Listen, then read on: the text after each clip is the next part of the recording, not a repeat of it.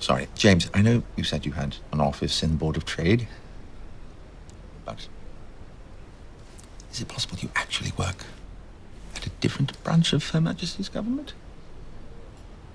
It's also a very transformative role for you. Did you have to wear a mouthpiece like Marlon Brando in The Godfather?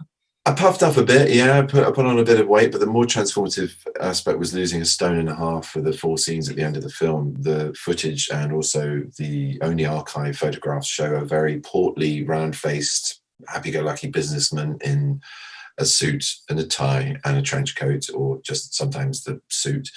And so do the photographs of the man who was released under a huge amount of press scrutiny in the West. He was barely recognizable as the same human being when you put the 2 photographs side by side, apart from the tie, which was part of his everyday uniform, and the suit, but both of which and the coat just swamped him, this skeletal frame.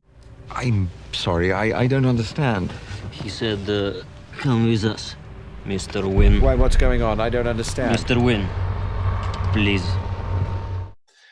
And I thought, that's part of the story, I have to honor it. And as a producer, I was very adamant that we find a way to stop filming so I could properly lose the weight. And for 3 months I did, through exercise, through a lot of exposure to cold weather and cold water swimming and the whole sort of Wim Hof thing.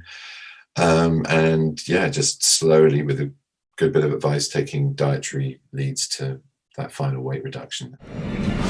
I'm volunteering to bring back the best source of Soviet intelligence you've got at a time where Russia and America are on the brink of nuclear war.